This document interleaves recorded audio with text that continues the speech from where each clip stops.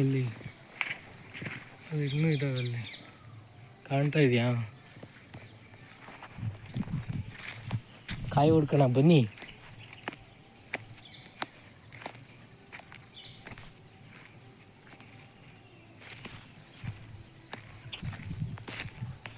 ಕಾಯಿ ಕಾಯಿ ಕಾಯಿ ಕಾಯಿ ಕಾಯಿ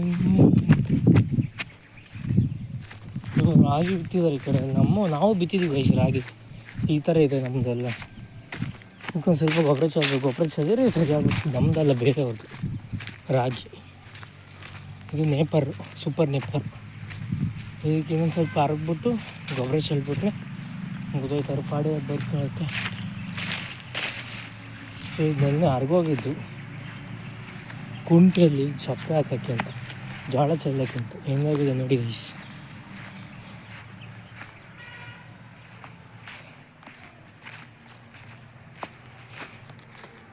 ಶ್ರೀಗಂಧ ತಿನ್ಕೊಂಡು ಮಾತಾಡೋ ಬನ್ನಿ. ಸಿಬೆಣ್ಣು ತಿಂತೀರಾ?